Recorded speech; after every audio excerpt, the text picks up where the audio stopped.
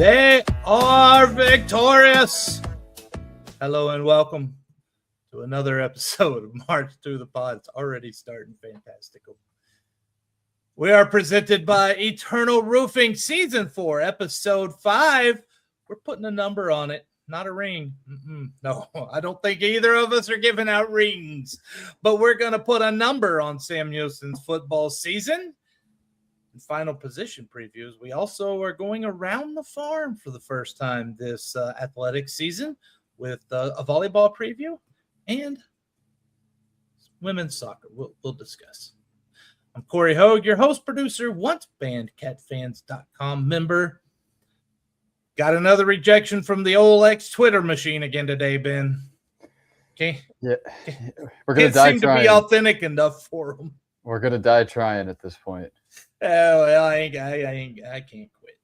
Find me on Facebook though, YouTube, other social media channels, and Substack, and not Twitter though. Cory Hogue Sports, CoryHogue Sports. I'm joined by co-host, analyst, real ball knower, putter-upper of my bull crapper. He's the man behind at Sports of SHSU on Twitter and Instagram. Proud Bearkat himself, and probably a little nervous right now for this episode. Ben Sorrells. Ben, last weekend, let's get right to it. Big weekend for the men's basketball program. And for those on our Substack, that's March to the Pod with the number 2. And by the way, also thank you to anyone watching on Facebook, YouTube, and on X. And for those listening, thank you as well. Get your comments in. We will get to them at the end of each pod. March to the Pod. Anyhow, back to men's basketball. You wrote about what was a big weekend on our Substack this week for the men's basketball program.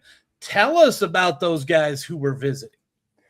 Yeah, 2 really exciting recruits there for the official visits this weekend.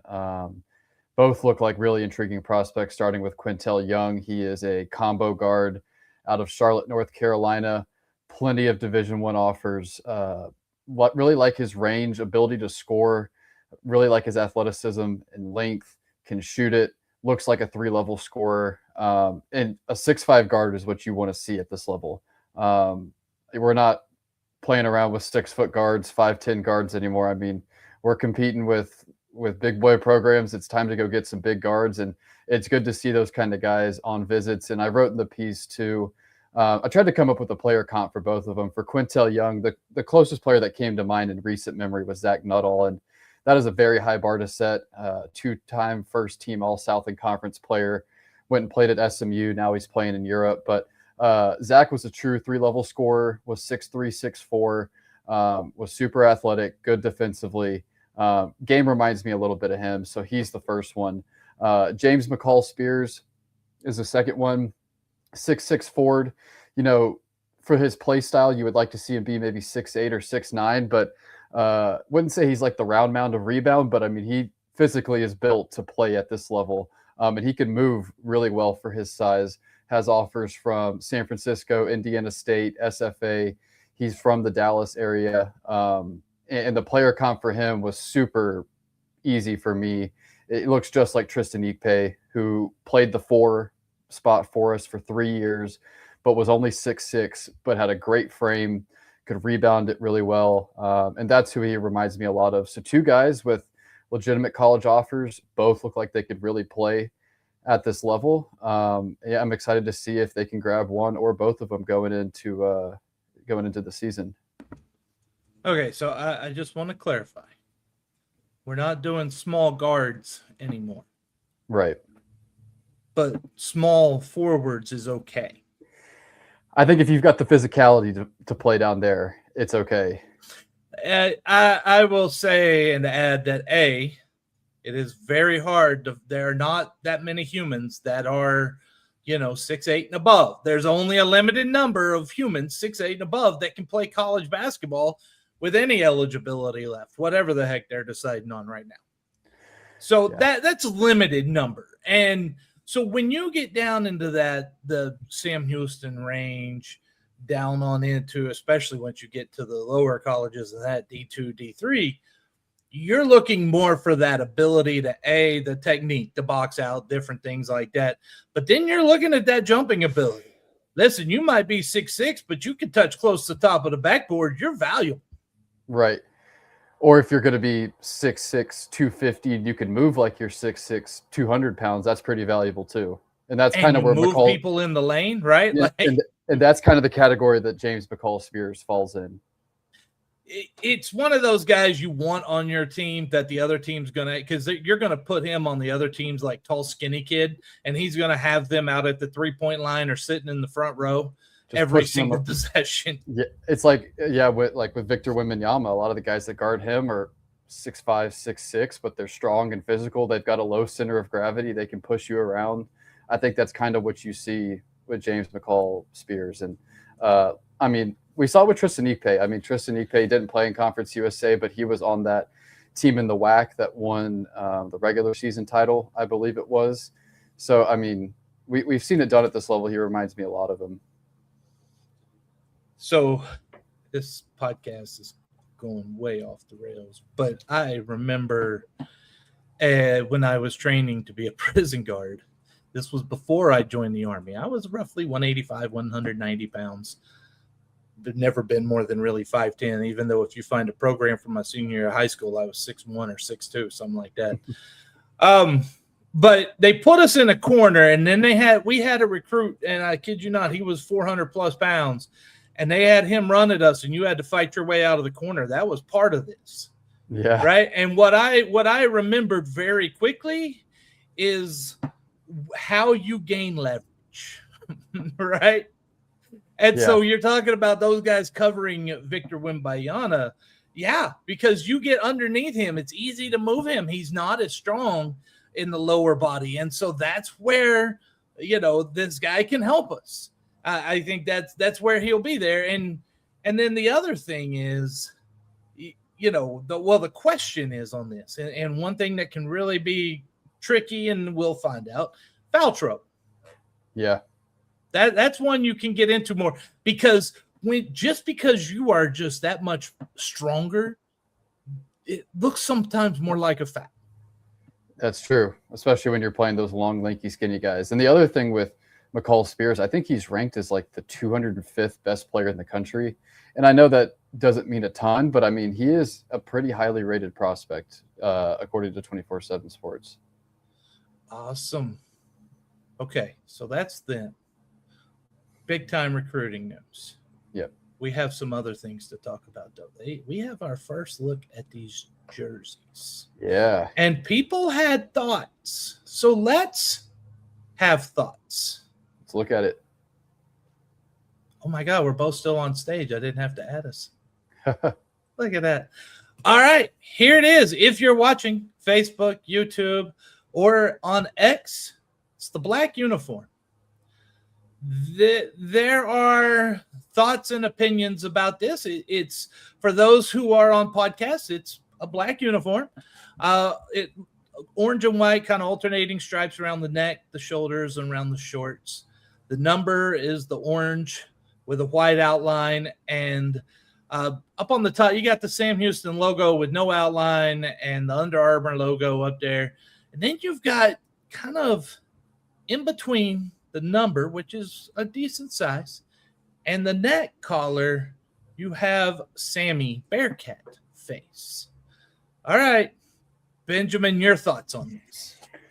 This was the one I didn't like as much as the other. I think the Under Armour logo was the first thing that stood out. It just looks kind of weird. I wish the Sammy logo was maybe a little more prevalent. Just kind of looks odd in there. I don't know. It looks compressed. Like they kind of just had to squeeze it in there. But I like the stripes and the outlines. I think it's a new look. Haven't seen it before. But out of the two, I definitely like the white one that we'll look at next a lot more. Benjamin, my friend, only Sam Houston could screw up Sammy on a uniform. It just looks compressed, like it kind of just got shoved in there. Listen, I don't know how many meetings they had and who all had a part of the design team, but did anyone mention on the black jersey, maybe put Sam Houston or Bearkats?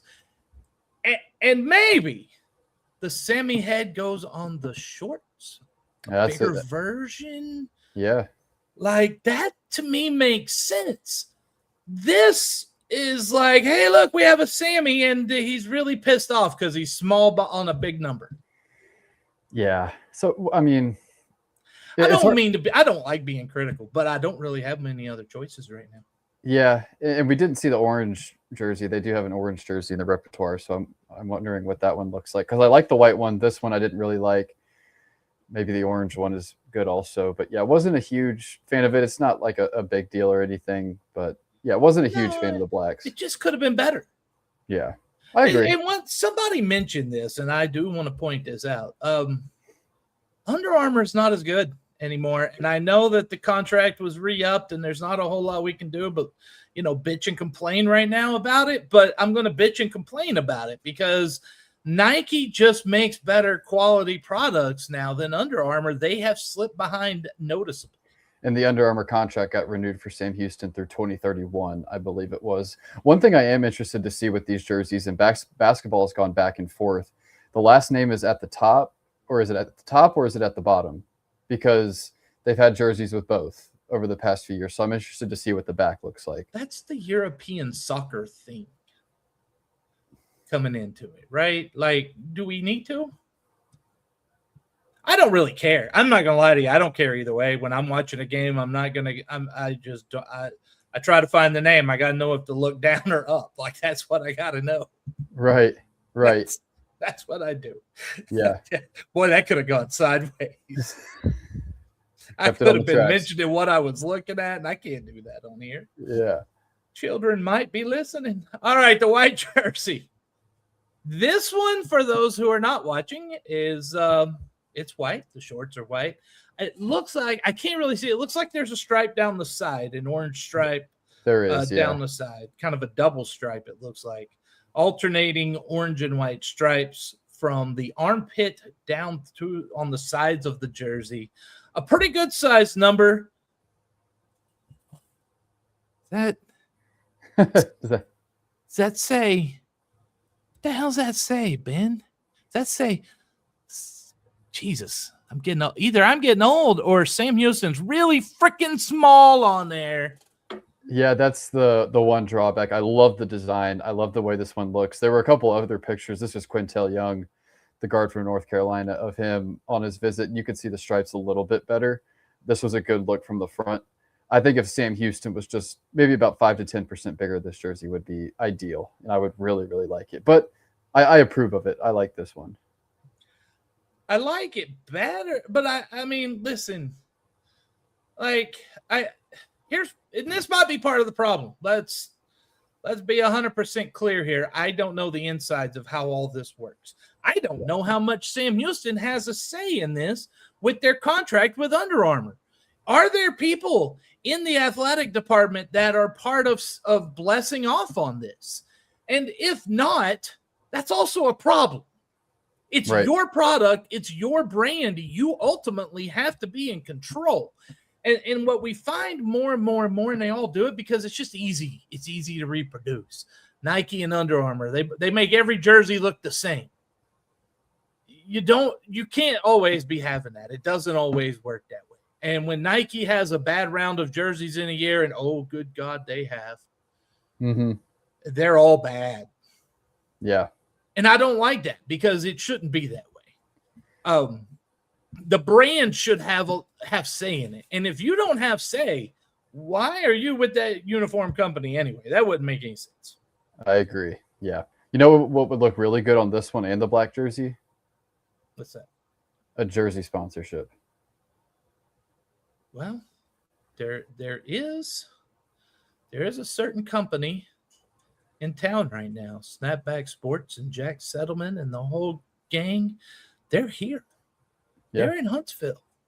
Go find them. Say hello. They're probably loaded down with so much Sammy merch now that they can't even carry it. Who knows how many thousands of dollars they just gave. Did you see what it came out to? Sean Johnson. No, I haven't. I've been busy. Yeah, Sean Johnson posted like 20, 30 minutes ago. They spent $8,000 between the bookstore and Barefoot.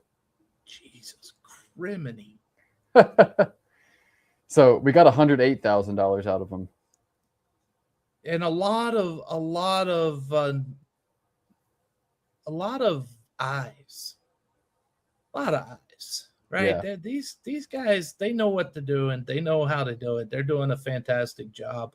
And I mean, look, last week it was over 50 hours combined through all our platforms. People watched 17,000 views of the videos, different things. Thank you all for watching and stick around because I think it's going to only get better from here. Yeah. Myself, and I'll speak less and Ben will speak more. That's how that happens. I don't know about that. Yeah, I know, right? Upcoming basketball dates: the Bearkat basketball golf tournament, casino night, and now this just doesn't golf tournament, casino night, and auction. We put everything in one damn headline, didn't we? October 9th. Well, and the team posted it today too. I put it in there that more info would be coming soon. So the golf tournament's at 1:00, and then the casino night and auction is at 6:00 at the Walker Education Center. And the link should be blasted out here soon. I put it on Facebook today. Anyone betting on skydiving? I don't know about that. You saw? Did you get a chance to read that? Not yet, but we talked about it. So, on my Substack, Cory Hogue Sports, is a story I wrote yesterday about East Texas A&M had a casino night. It's their annual fundraiser. They do it in May, and they have a casino night. Head coaches are like the dealers and all that stuff, right? It's cool.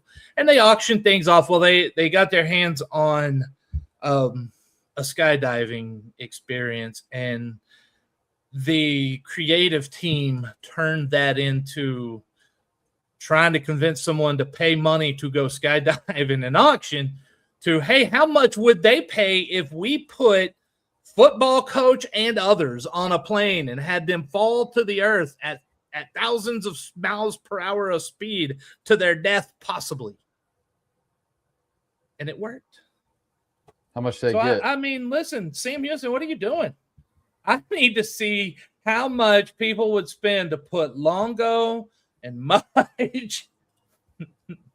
That'd be fun. And Sirianni. Those are the three head coaches. Yeah.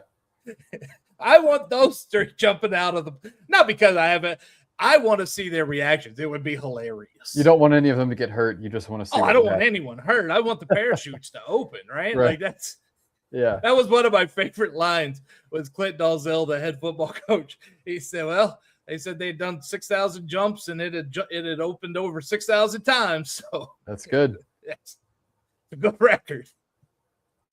So an idea for next year for casino night and auction. That would be a good thing to have. Also, meet the Lumberjacks on October 23rd. Speaking of the Lumberjacks, watching on Facebook, Jason Plotkin, thank you so much, said, look like our New Jersey sponsor, Snapback Sports, had a good laugh at the Battle of the Piney Woods Trophy today. It's a fun one. Oh, boy, that, there's not a lot of but that's the problem with Stephen F. You can't say it fast. Yeah. That's why, I could say Sam Houston or SHSU kind of fast, but SFA, that really doesn't roll off the tongue. I'll tell you that. Yeah. Chris Gilstrap, I would say no. I think he's talking about the black uniform. Yeah.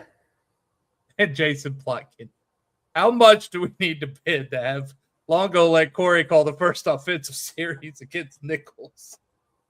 I would pay good money to see it. Yeah. Listen, all I want of that, if you were to auction off an experience of me simply standing on the sideline with the headset calling the plays into the quarterback's ear, I'm down. If I have anything to do with the concepts, you don't want me there. I'm telling you, right? Yeah. But we're going to be running. You're going to be seeing some college football 14 plays out there. That's what you would be seeing. I would love it. That's all I know. I don't know. I know the playbook on NCAA football. That's it. Yeah. And then there was a talk about the schedule in that story you wrote on men's basketball, including a season opener, Alabama on November 3rd. And we've discussed before the schedule, pretty darn challenging non-conference. It's very challenging, and I had a little bit of a breakdown on there too. 8 now non-conference games announced to this point. Those are Alabama, Illinois, Wyoming, Boise State, San Diego, Nevada, Omaha, and Utah. They also have game agreements with 2 other teams that haven't been announced. One of them out of the Pac-12 with a nickname that rhymes with Kazoo, and another one out of the American that rhymes with Spice. So we can read between. So that puts you at 10 non-conference games, all on the road. So at least Temple. 4 games. Yeah, there you go. But at least Kansas State, Kansas. No, we're going to play them in football in 2029. But yeah, 4 games left still to schedule. I would assume probably 2, maybe 3 of those are non-Division I games at home, and hopefully you can get at least 1 Division I game at home. Leave it to me to find a way to do that kind of stupid stuff. Right? Ruin a perfectly good segment with my insanity. Hey, that's all right. Make it fun. Well, we got more fun coming. I hope nobody was wanting to watch FCS. Although I do have an update. 4:30 to go first quarter. Excuse me. Houston Christian, Southeastern Louisiana, tied at 0. SLU on the 35-yard line of Houston Christian moving in. When I get off of here, I'm going to have every screen. I have 3 of them here and a TV, and they're all going to be FCS football tonight. Or D2. There's some good D2 games tonight. I'll take any football, and I will be watching all of the FCS football tonight. Go see my Substack. You can find all the good games, and if you go to the scoreboard on there, you can find links to the videos. When we come back, we're going to go around the farm with soccer and volleyball. Turner Roofing and General Contracting is your choice for integrity work in the Texas Hill Country.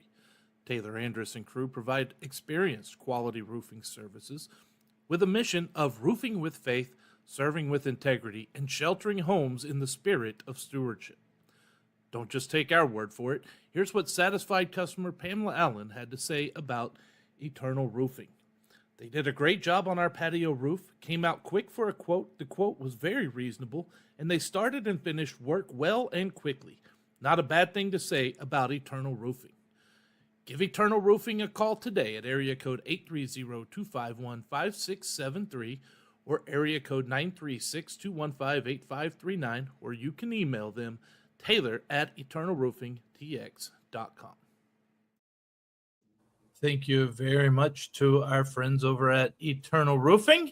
And now we head for the first time in the 2026-2027 athletic year to Around the Farm, where we don't start happy. Texas A&M was pissed, and they took it out on our Cats. Let's just say that, right? They got beat by Texas State. It was embarrassing. Sam Houston came in. They've got no midfield. They can't control the ball. The defense has been outstanding. The goalkeeping has been superb. A&M found a way to break all that down. We knew that was eventually going to happen. It can only hold for so long. Yeah, the dam was going to break eventually. It was a perfect storm, and that's what happened. It was also your 3rd game on the road in just over a week, too. So, I mean, that doesn't help either. It wasn't great. Big one tonight, though. A&M Corpus is off to a good start. Interested to see how they play tonight at 7. I want to talk about that in just a second, but A&M won 5-0, but they're 32-2 shot advantage for the Aggies. 15 shots on goal. Hannah Stipp made 10 saves. She has 23 through 3 matches. Well, yeah, can we get her some help up front in the midfield or something? I know.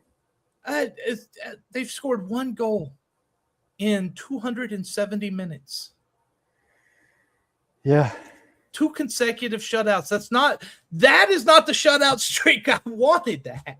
And the 1 goal, too, wasn't even like a regulation play goal. It was off a free kick after a penalty. It was a set piece. Yeah. And a lot of goals happen in set. I'm fine with goals off set pieces. They're goals. They all count the same. That's how I look at it. Opponents have outshot the Cats 72-15. And 2 of those 3 matches were granted against Power 4 opponents. But tonight, you said it, 7 p.m., Texas A&M Corpus Christi. How will they respond? That's what I think the biggest key thing I want to see tonight, Ben. That's embarrassing to get beat 5-0. I don't care if it's Power 4. I have a feeling, I hope that they're embarrassed. If they're not, that's another problem. Yeah. But I want to see the response. That'll tell me a lot about where this team is at this point in the season. And I know we talked last week, too, how concerned are we about the midfield play. I think if it continues through tonight, then it is like a red flag, glaring I'm concern. sounding alarms if it happens again tonight. Yeah, I think if you see progress tonight, that's good. But if not, that's when you really got to start to ring the alarm bells. Yeah. Well, let's move to. Well, I was going to say there was some good news with soccer. They got their turf put in, so that is true. The home field turf, it looks beautiful. Looks great. Yeah. Go march to the pod. Find us on X. I don't think I found it on Facebook. Sometimes I don't get on Facebook a ton, so I don't tend to share as much over there. Yeah, but we did quote tweet it over on X. Yes, we did. Volleyball. I think expectations are maybe a little higher than we may have thought. They went 11-18 last season, 3-13 in Conference USA, missed the conference tournament. They hit 195 as a team. Opponents hit 243. That's not a good way to have those numbers going. Chloe Monson returns after 414 kills as a freshman. I was in the Army. I've got a lot fewer kills. Chelsea Butler had 223 kills while hitting 293. And Shayla White returns after 499 digs, which is a whole nother thing that I'm not going to make jokes about too. Newcomers give Sam Houston legitimate reason for optimism. Tyler Junior College Region 14 Setter of the Year, Lauren Pyle. She is an assist machine. Blend transfer, Annika Brooks, kills and blocks machine. And listen, this exhibition season, it's worth talking about. That's the good news. They took a set from defending champion Texas A&M. Can you believe they won a national title in something? 2 of 3 against Houston and swept all 4 sets against Houston Christian. Ben, has where you put them, because in the preview you put them, I think, around 5th. Is that changing a little bit based on what you've seen in the exhibition season? I think it's raised the floor and the ceiling. You know, Western Kentucky is still the cream of crop of this league. I mean, we're not going to push for first, but I mean, I think you could push for a top 3 spot. Is that the likely outcome? Probably not. I've got us around 5th, like I said in the preview, but I don't think there's any reason why this team should finish lower than 6th or 7th this year. The way they performed in the spring, in their recent exhibition match, they're deeper. They returned some really impressive pieces from last year. And this is a program that is used to winning. I mean, they have had 3 or 4 down years, but before this stretch, like I wrote in the piece, they had a winning season in 8 out of 10 seasons that included a WAC regular season title back in 2021, I believe it was. You have some not so distant success, and it's time to get back to that. And I mean, the long-term outlook too is interesting. I mean, Brenda Gray, 43rd year coaching. Her daughter just left to go coach at McNeese. If the season doesn't go well, you know, what does that mean for her future? If it does go well, how much longer does she stick around with this group? I mean, there are a lot of things riding on this season, and it's time to get back to the winning ways that this program had shown through the 2010s. We will see this on Friday at the Bearkat Invitational against Cal State Fullerton and Miami, Ohio, before Saturday's match with McNeese. The opening 2 matches, I like that. I like that scheduling. I think that's a comparative of programs that we should think that would be competitive against. Yeah, and it's good and volleyball and softball have really done well with this. It's good to see them get these kind of MTE events on campus. I enjoy that they're able to do that. I think it helps a lot. And you're able to bring some of your non-conference schedule on campus, which is a struggle for a lot of sports. Okay, so because someone else out there listening might be thinking, what in the hell is MTE, like I do all the time? Multi-team events? Yep. So MTE events? MTE. This is the RBI discussion in baseball, Ben. Yeah, no, that's true. Did I say MTE event? You did, but I hear that all the time, right? Like, that's not like, Yeah. Do you say RBIs? Because how do you have runs batted ins? Yeah, that's true.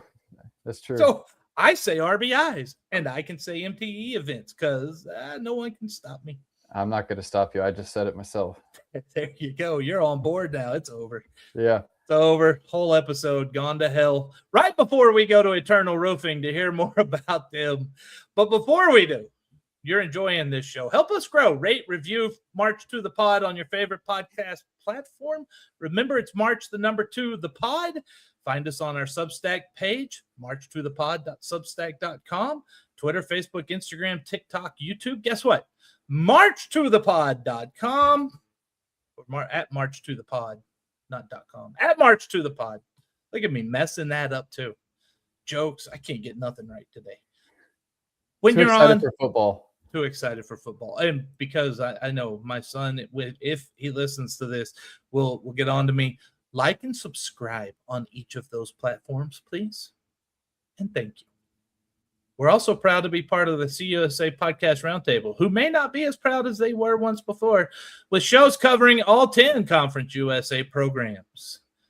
We are talking position previews for football next. Stay tuned after we return from this word from Eternal. Eternal Roofing only uses the finest materials in the roofing business while providing an exceptional warranty. Why do they use CertainTeed products? Because they complement any appearance, provide exceptional and reliable strength, and are known for their enduring performance. Here's what Shane Sosa had to say about Eternal Roofing. Taylor and his team are amongst the highest level of professionals. They care about their customers and go above and beyond just doing the job. Give Eternal Roofing a call today at area code 830-251-5673 or area code 936-215-8539 or email Taylor at eternalroofingtx.com. Big thank you to our friends over at Eternal Roofing. Let's see. Austin Peay's ahead of Gardner-Webb 7-3. Southeastern Louisiana has a 7-0 lead on Houston Christians.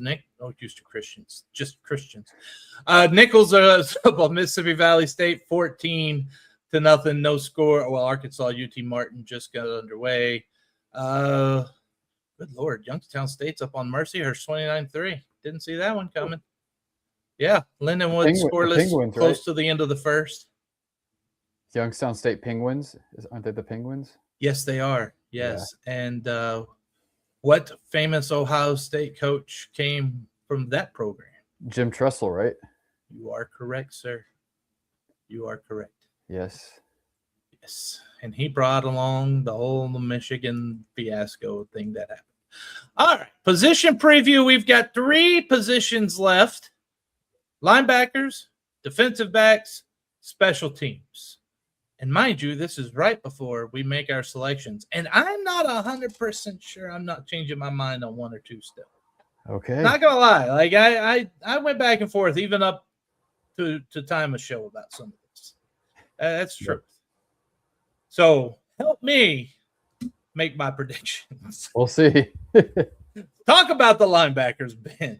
Yeah, one of my favorite groups on the defense, and I've talked a lot about this front 7. I think the front 7 is the strongest unit of the team. Maybe not as deep as the D tackle and D line room, but I mean, Dean Ford comes back, was a star when he played last year at the end of the season, slotting in as one of your 2 starting linebackers. And we play the 4-2-5, so you're only going to see 2 starters, but you've got some depth to rotate in. This is a group that has some speed also that I like, some versatility. Dean Ford, first name to know.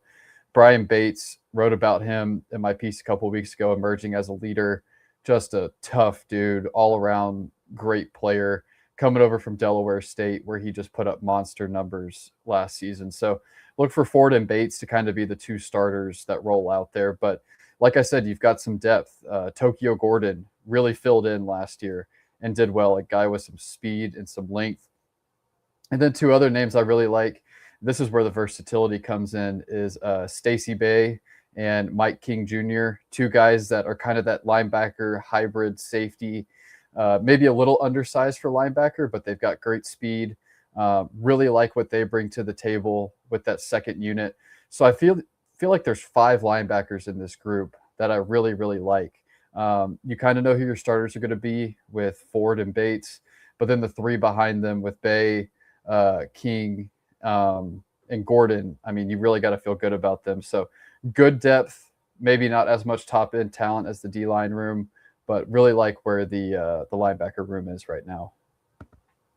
Can I say something Of course. about college football? I don't think your scheme matters anymore. Because you just got so many hybrid guys out there. Like you just got guys that can go play football. Well, okay. Let me give you an example on each side of the ball. You have your 4-2-5. That's what Sam Houston is. But does that mean that it's not sometimes a 4-3? Yeah, and I think you can right? you can get versatile. And I mean, if you were to throw like a Stacey Bay or Mike King out there, I mean, you look like you're in a 4-3, but they might be playing kind of a nickel position. They could be super versatile. So you might have 3 of them out there at some point.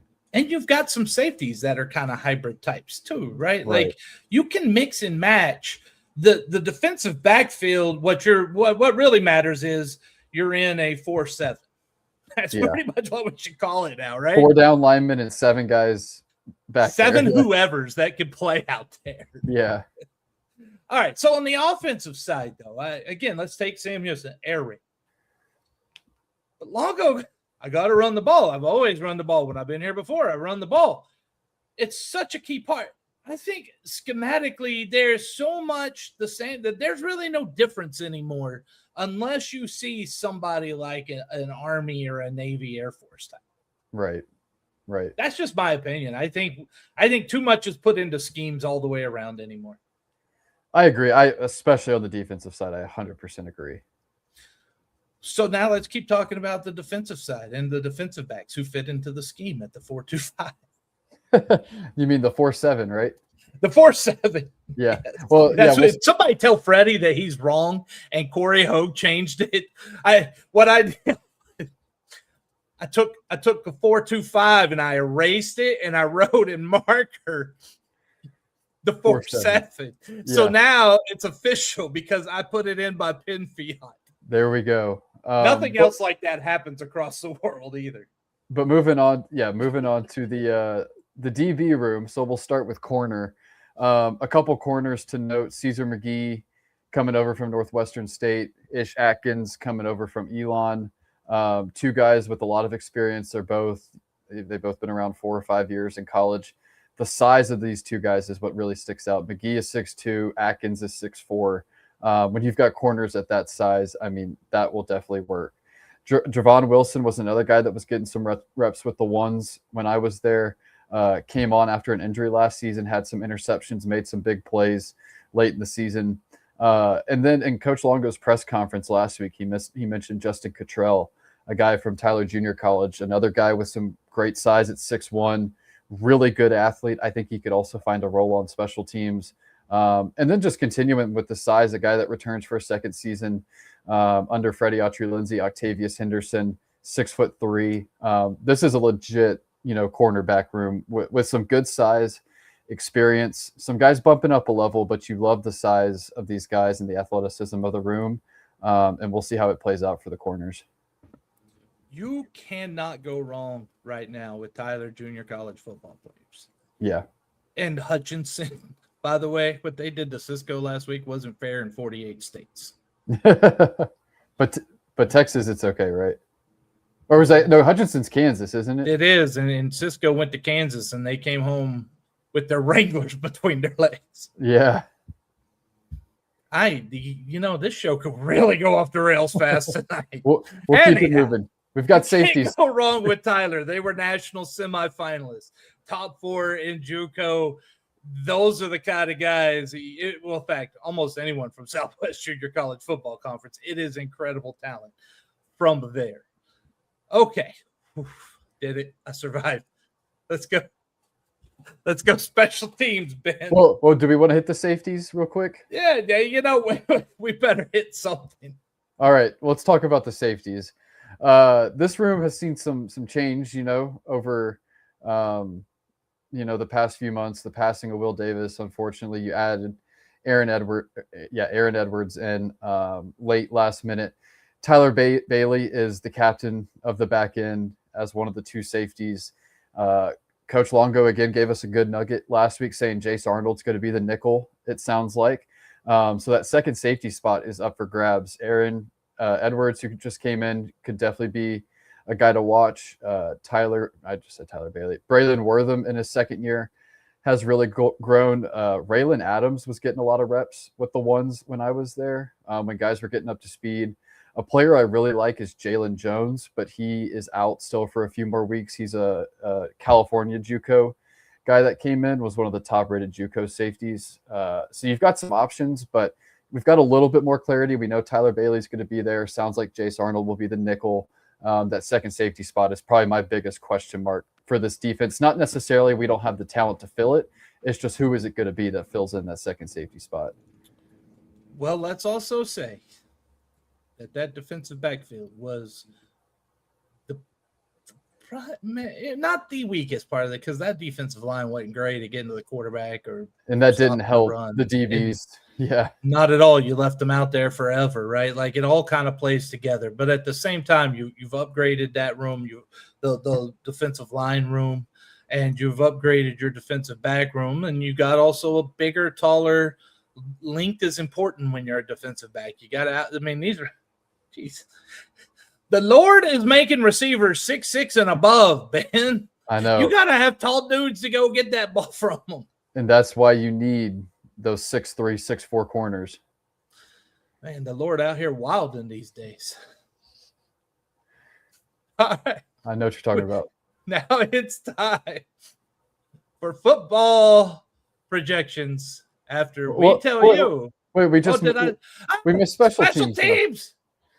I warned you a couple hours ago. I was like, man, I am not well today. And I think we're seeing that. I am not on my game today. That is okay. We'll run through special teams quick. Cal Joseph looks to be the punter. The kicker spot is still a big question. It was interesting. When I was at practice, there was no special teams period. Typically a lot of teams end practices on a kick, kick block, maybe a punt return, something like that. But there was no live kicking, which was interesting. Tate Ryan, Sam Carpenter, and another name I'll throw in is Nico Otomanelli. Has been working as both a punter and a kicker. So kicker and maybe the second safety spot are the two that I am most intrigued by coming into this year and don't know 100% who's going to take those spots. You just said something that I didn't like.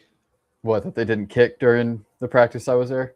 There's no live special teams play. And that was just one practice. Maybe they hit it hard the day before. I don't know. Listen, I by no means am I telling anyone they're wrong. But I will tell you, when I have been to practices of teams with coaches who put special teams as a priority, think the old Virginia Tech coach? Beamer. He was outstanding at it. You know who else is? Colby Carthel. He's good at it. Yeah. Bill Maskell at Midwest State was great. He was great with special teams. And you know what? You know what? They started practice with the live period of the special teams.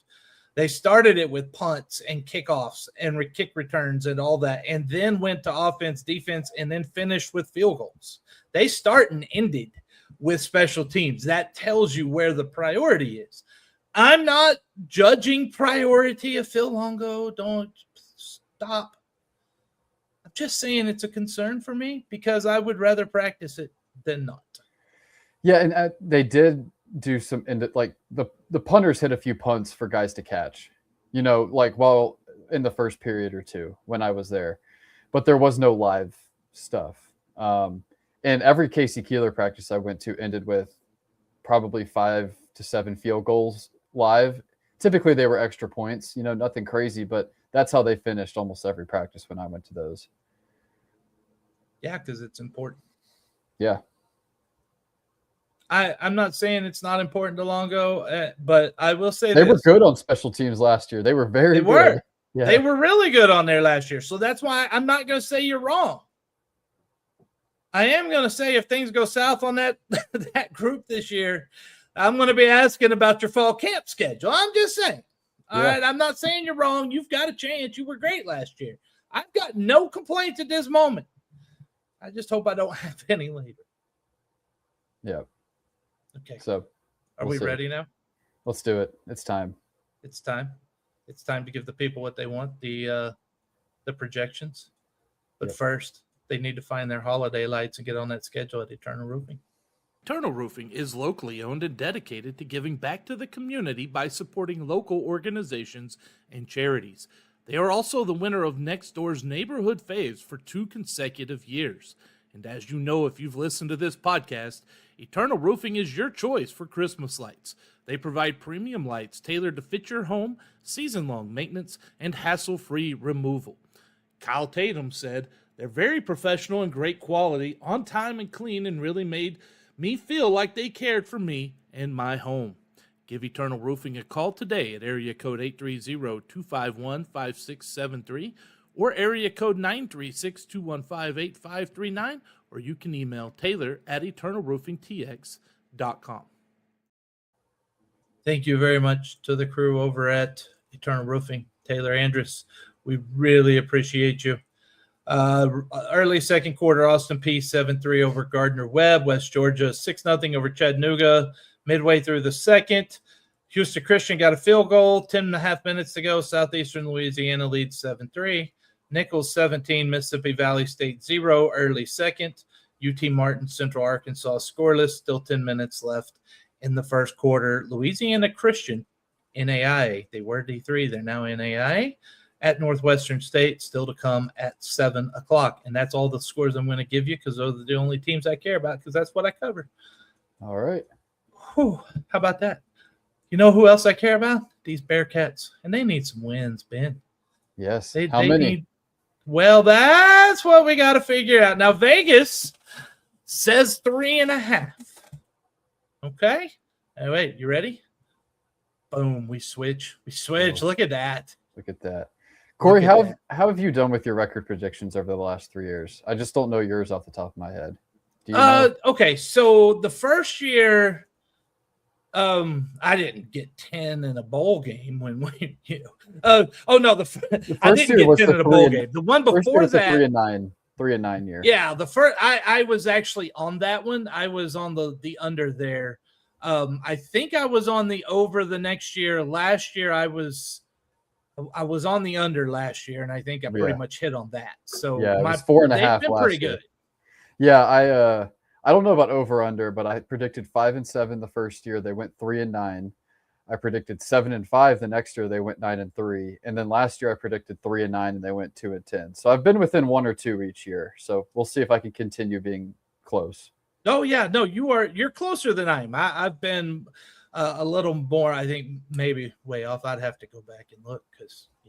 Anyway, let's get started. Troy at the Troy Trojans. They were 8-6 last year. Gerard Parker is their head coach. BetMGM gives them 6.5 wins. They have 7 returning starters. 32% of the snaps are returning. They've got some quarterback experience and offensive line supplemented by experienced transfers, but only 27% of their defensive snaps return. Could that be an advantage? Ben, what say you? Yeah, Troy's picked to win their division in the Sun Belt. They're a good team on the road. I think it's closer than the experts think. I'll pull up my Lee Corso. The spread's like 16-ish. That's next week, Ben. I know, but I'm going to say it's a loss, but not a huge one. Okay. Well, you know what else I'm giving you tonight? What's that? Scores. Oh, boy. Oh, I'm dumb. Troy 31, Sam Houston 20. What do you think about that? Covering the spread, it's about what I think. I was going to say about a 10-point game. I don't know if those are the numbers I would pick, but I was thinking about a 10-point game. Well, That's what I have today. That'll change before next week. And that's the only score I've thought of for a game this. I haven't even thought about scores for Middle Tennessee in Week 10 or whatever. Why would you? I Only don't know. one of us is that ignorant. I And guess. it's me. It's me. Always me. Tulsa coming in. And by that logo, that logo just doesn't work with the flag background. Nothing I could really do about it. I like the logo, though. It's unique with the hurricane flag up. I do. And I like golden hurricanes. I wish they put a little more golden in their logo. Yeah. Maybe the pole could be golden. Then we could see it. Anyhow, Trey Lamb is their head coach. They went 4-8 last year. Their projected BetMGM says 5.5 wins. Returning starters, 8. Snaps returning 44%.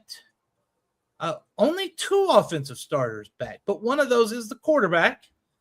51% of defensive snaps returned. So this is kind of a flip from what we had against Troy. And they've got a couple of pre-6, group of 6 All-Americans on the list. But this is also the reopening of Bowers. It is the first time, and I was looking today, you said something that was so prescient, so true. It's an FBS stadium now. You look at that and you go, that's FBS. And I'm super proud of Sam Houston for doing it. And now they're going to open this. And it's going to be emotions high. There's going to be more than likely, because a lot of people want to see the new place, right? The new, it looks like a new place. So I think there's going to be a good crowd. What do you think, Ben?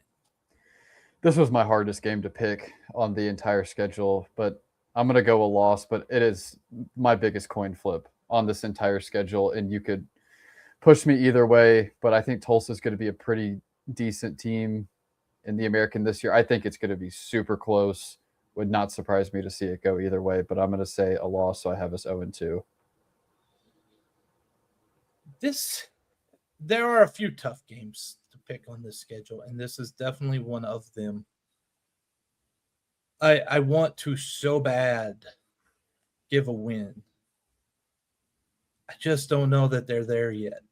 Right. I think it's close. 28-24 Tulsa is what I have. That's pretty close to about what I would say. And I think the emotions of Bauer Stadium could put you over the top if it comes down to maybe one play at the end. Oh, very much so. Very much so. What I see at the end of this, I don't see a whole lot of minus my number. I see a little bit that could be a plus well over. And that, while other people will remember my number, hey, at least they went over. Yeah. If that happens. This is one of those if games, to be honest with you. Oh, yeah. This is one of the biggest swing games of the year. If you win this, you've got Nichols the next week. You could really start to snowball some momentum, which is big. Yes.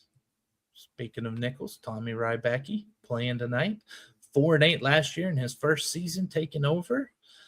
They had a 44-player recruiting class, significant defensive reconstruction from a guy who was the defensive coordinator there before he became head coach.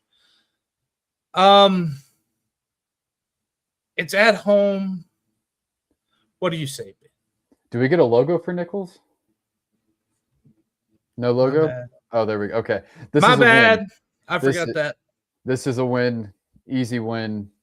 One you should control. Not going to say you're going to win by 50, but 24 to 28 point win, I think. Okay, we're a little bit off on that. Not that Sam Houston the win. Yeah, Sam Houston's going to win. Yeah. But I don't know. 34-17 is what I think. I'm going to go 17 right now. I'm good with I like the 24 to 28. I'm not disagreeing with you. I could see that happening. I could also see the fact of you get to the third quarter up 34-3, 34-7, and why are your starters still in the game? Yeah, that's true also. That's why I see it being that way. Get experience. Plus, this is the other thing. This is we just stumbled upon some genius stuff right here. This is what's going to be interesting this year. And Houston Christian scored a touchdown, by the way. This is what's going to be really, really interesting this year. the red shirt, the 5-for-5 rule. We know pretty much. We think it's coming, right? It's coming. It's here. Whatever. The red shirt doesn't matter. Does that change the amount of players that participate in the game for Sam Houston if they get up by 30 or so? And you've got Tech the next week too. You don't want guys dead tired heading into Lubbock. Oh yeah, Texas Tech. They were 12-2 last year. Joey McGuire, 52% of their snaps returned. They're projected at 10.5 wins. From BetMGM, 13 starters. Thankfully, Jacob Rodriguez is gone. But they do have 7 on each side of the ball, loaded with preseason honors. And Thomas Castellanos just added as an experienced QB insurance because, Cody Campbell's billions couldn't buy any more of a team.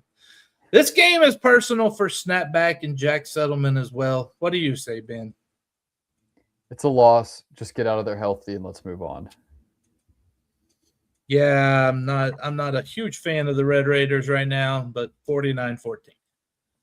Oh, hey, I had a logo for them too. We didn't need to see that one. Who cares? To hell with them. Liberty. Hey, they have a jersey sponsor. They do. K-Love, a Christian music station. Who would have thought? That doesn't even seem to make sense, does it? I thought they would have had a casino just like FIU and New Mexico State. That would be so great. I know. I would laugh so hard. The Liberty was 4-8 last year, 3-5 in the conference under Jamie Chadwell. 8.5 wins. Vegas thinks it's a rebound year. They returned 10 starters, 6 of them offensive, and 51% of their snaps. They got a strong O-line. They brought in a lot of P4 players out of the portal. What do you think here, Ben? It is on the road, and that's, right after you went to Lubbock the week before and got your butt handed to you. Yeah, I think it's like a 12-day gap, so you've got a little bit of a bye heading into that October midday slate of games. I think it's a loss, but this is one that I also wouldn't be shocked if it possibly went the other way. This one in Tulsa are the 2 losses that I have on the schedule that I think could flip. I think at this point in the season, Liberty has, I think it's Coastal to start the year, some other difficult games. And it was not good for Jamie Chadwell last year. Returned a lot of the same players. I think there's a way it could snowball in a bad way for them. I'm going to say a loss, but I think there is an avenue to win this one. Okay. Well, you gave a really good analysis. I say 34-21 Liberty. And we're starting to have a problem. We're both 1-4, right? Yeah, we're having a problem if it goes this way in real life, in my opinion. I think this season might hinge on week 2. Yeah. I really do. A win over Tulsa at home, maybe and then a 2 straight wins. Then you go Texas Tech, whatever, then at Liberty. I give you a much better chance. It's a front-loaded schedule, absolutely. Oh, Jesus Christ. Because then you go and you have Western Kentucky and a mascot that is tremendous as well. They were 9-4 last year, 6-2 in conference. Tyson Helton, but he's got his 3rd offensive coordinator in 3 years because his offensive coordinator has gone from Abilene Christian to Western Kentucky to, do you know where he went to, Ben? I don't remember. UTSA. Okay. Yes, he is down there with Traylor. And I'm telling you, Rick Bowie is a coach on the rise. Yeah. Keep that name in mind. BetMGM, though, has them at 6 wins, 6.5. That's lower, right? 6 returning starters, only 23%. They had a lot of turnover. Least returning production of any of the opponents for the Bearkats this year. I know Tisdale, CUSA Freshman of the Year. Hutchinson returns, but, man, this portal rebuild and then coaching staff rebuild on the offense for the 3rd time in 3 years, and you're coming into Sam Houston, this could be one of those if games. It is. I still have it as a loss. I really like Rodney Tisdale. think he's going to be really good. And WKU, them and Liberty just have incredible resources. I think they did a pretty good job reloading 2 Bearkats over on the roster, or 3. Josiah Rockwell, who was with Sam Houston, went to Prairie View A&M, had an incredible year. Now he's at WKU, Quavez Humphreys, and Rhett Larson. So you've got 3 former Bearkats over there. I think they're going to be pretty good. I've got it as a loss. I got it closer than maybe it should be, but 30-27 Hilltoppers. Yeah. And I think they're going to be fine. And listen, resources, like you said, you want to be up there with them, you got to pay. But now we got to start talking about a problem. 1-5. This suddenly here in almost halfway through this season now, or we are halfway. Yeah, we're at the halfway point, and it's 1 win. And last year was 2, and Phil Longo was so good at keeping them together. Does things start to get stressed at this point? That's a valid question if they are 1-5 at this point. Right, because the back end of the schedule is much easier. But if you are 1-5, it's going to be hard to keep the guys together. And I think we're both much more optimistic about this second half of the season, but you can't let things snowball in a bad way. No, because that's what, and then the other thing is by this time now, halfway through the season, you're having to use some of your depth and everything else. It can build. It can build quick, right? Negativity breeds negativity, and it can build fast. 1-5 is a lot of negativity to overcome. Yeah, especially after a year like last year. I think last year when we were 0-5 or whatever it was, people kind of expected it. This year, you're hoping for a rebound, and I still think they will. We'll get into it, but it wouldn't be encouraging after last season. Okay. One more question before we move into the second half of the season. If 1-5 is their record at this point, does Phil Longo still have the fan base support? Probably not, but it also depends, how are you losing these games? Did you lose by 35 to Troy? Did you lose by 28 to Tulsa? Did you get blown out against WKU at home? I think if you're losing these games by 3 points, 5 points, and you see the back end of the schedule, you're completely fine, I feel like, or you should be. But we'll see. The fan base doesn't really look at it that way. They want to see wins. What about Trollverse? Will they be okay? I don't think they'll be okay no matter what. That's true. All right. Heading on to the second half, starting with New Mexico State. Tony Sanchez led them to a 4-8 record last year, 2-6 in Conference USA. BetMGM has them at 4.5 wins with 9 returning starters, and 38% of their snaps from last year have returned, but only 26% on offense. Furman transfer Trey Hedden is officially QB1, I guess. Nearly 3,000 yards last year. I guess. I guess. We're going to say I'm right. I think that's who it is. Yeah, veteran linebacker duo returns New Mexico. I don't know anything about him. I follow Sam Houston and the other Texas schools, right? Right. All right, Ben. This one, I think this is where maybe if Longo can hold them together, this may be where we start to see a turn to the sunshine. Yes. I think this is where the tide turns. This is also the game, one of 2 games the Snapback boys are coming to during the season. It is a win. The momentum is moving in the right direction. Okay. Because now your record says 2-5, but you're 1-2 in conference. It's not over. Right. Right. So now you go to Missouri State. Well, what's your pick? Well, I don't want my pick. Sam Houston, 27-23 over New Mexico State. All right. So I have them at 2-5. Then we go to Missouri State. And SMU's offensive coordinator, chief of staff, has taken his first head coaching job, Casey Woods. Missouri State was 7-6 last year, 5-3. They're doing that transition to FBS thingy-majig that's so hard to do. BetMGM gives them 4.5 wins. 6 returning starters, 32% of returning snaps. New staff, only 29% of the offensive snaps are back. Skylar Locklear is QB1 after he was at UTEP and led them to great heights. major reconstruction on the O-line. Let me tell you something. Because I do a lot of research, but I'm not dumb. I do use what's at my fingertips with AI a lot of times. And they're saying Missouri State wins this game. What do you say, Ben? I'm planning to be at this one. I think the Snapback boys will be too.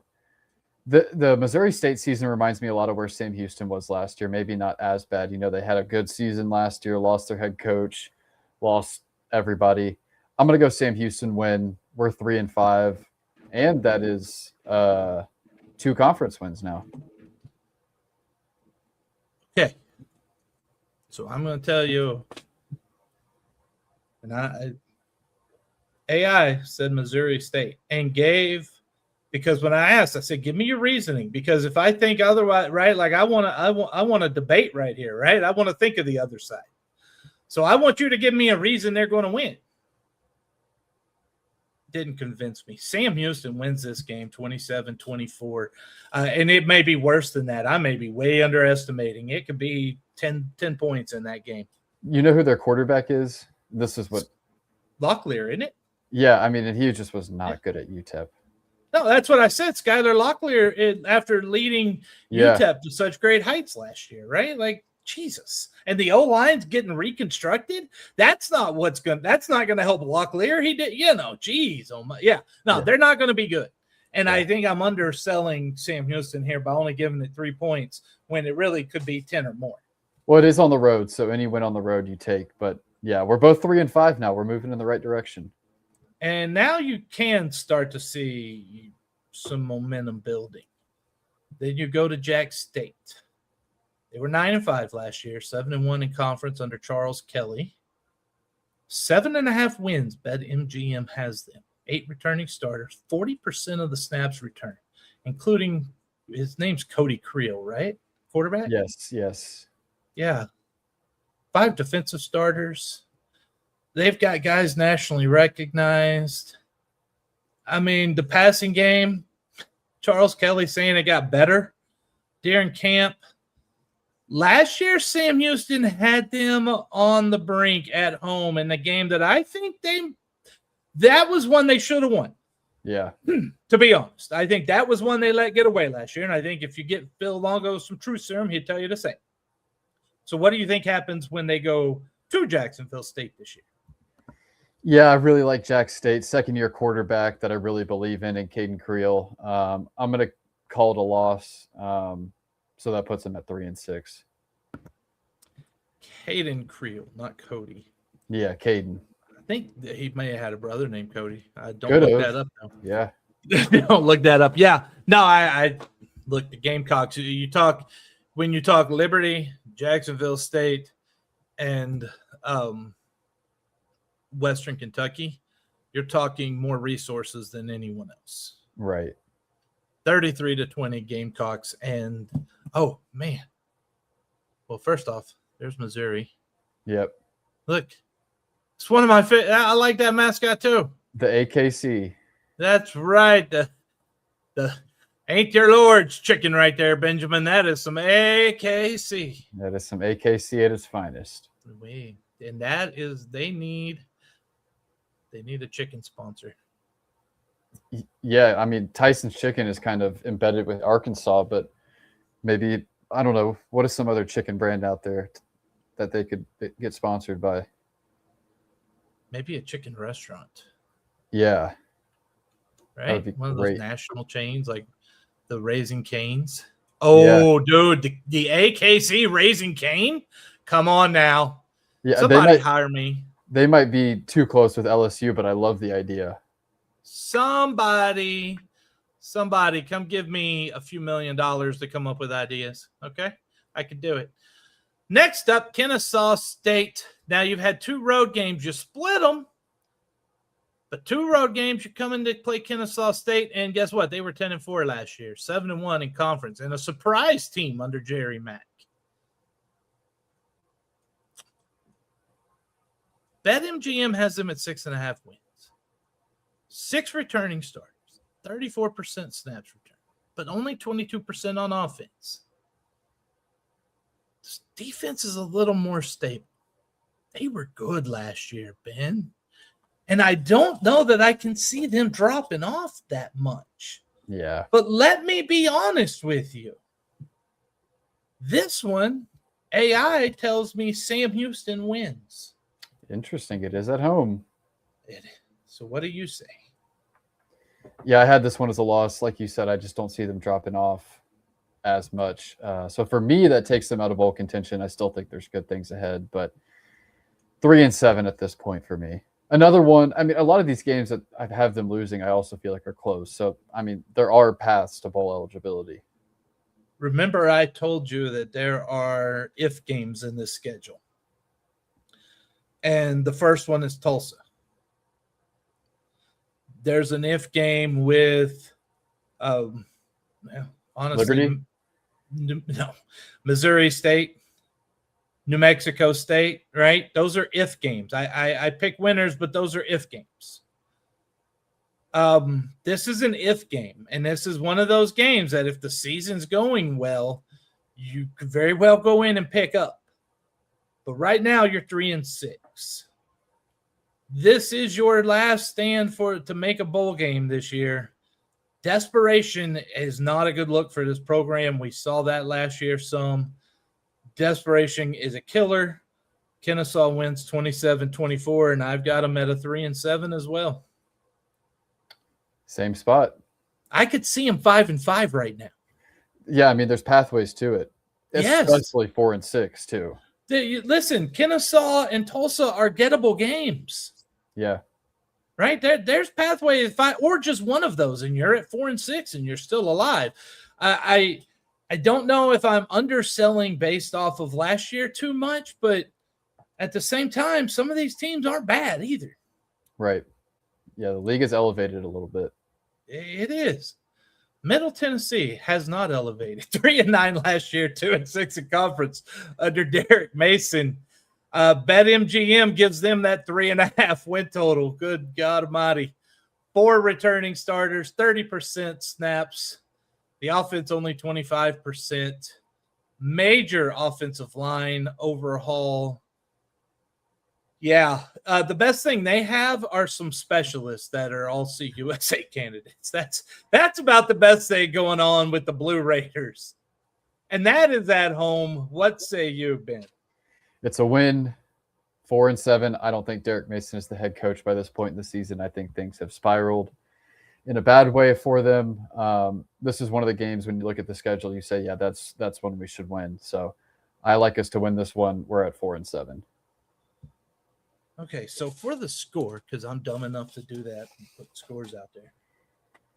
For my score prediction on this, I based this off of Sam Houston coming in at 3-7 with 2 straight losses, right? But if Sam Houston enters this game at 5-5, that's a whole different score in my. Yeah, especially at home, last home game of the year.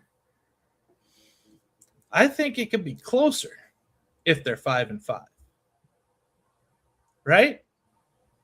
Positivity sometimes leads to not an ego that becomes a problem too. Yeah. But if they're 3-7, you know, they got to win something, right? They're at home. Middle Tennessee State, they're not good. Right? Let's just say it. Middle Tennessee State. I think Phil Longo has done a better job rebuilding the Bearkats than Derek Mason has done with Middle Tennessee. I think that is going to be factually clear.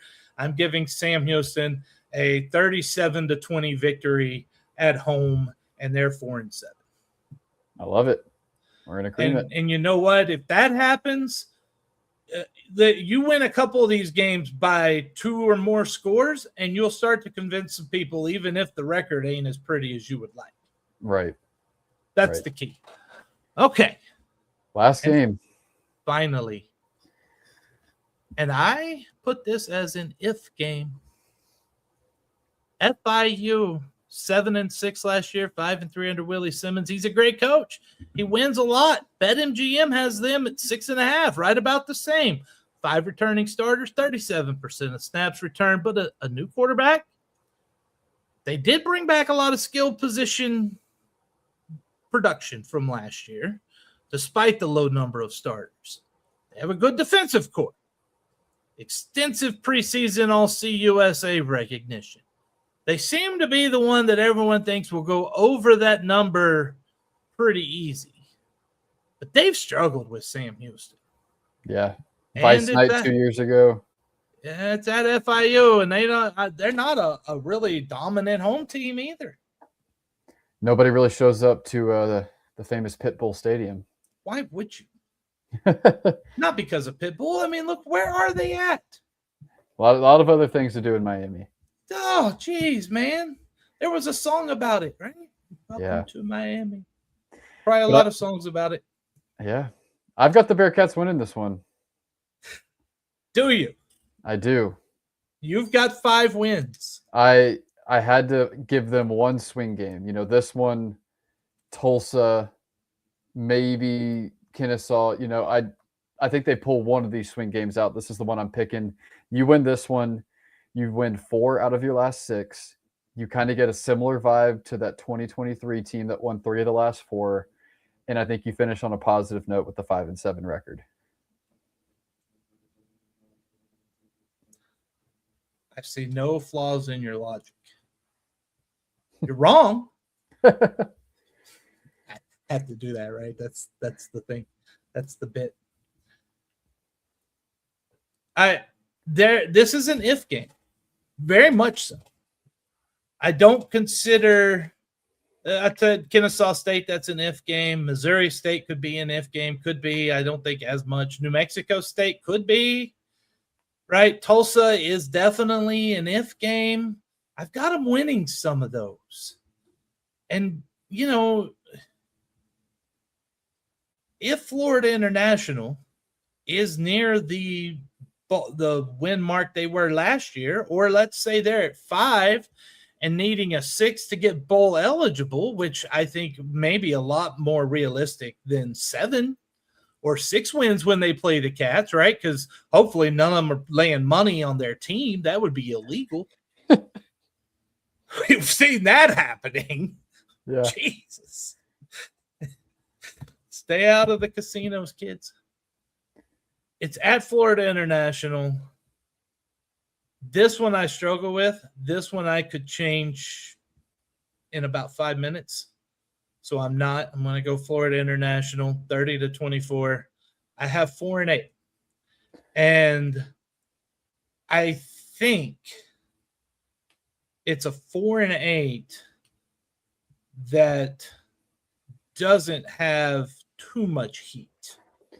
Because you saw signs of progress. Yeah. I think there's enough in there. And listen, I say 4-8. I see 6-7, 7-6 too, right? I really, really do. I just can't trust it yet. I've been in a prove me mode. And I like being there. I don't want to just believe your hype. I want to believe your actions. Yeah. So here we are. Prove to me that you are better than that. Prove to me that you are 6 or 7 wins.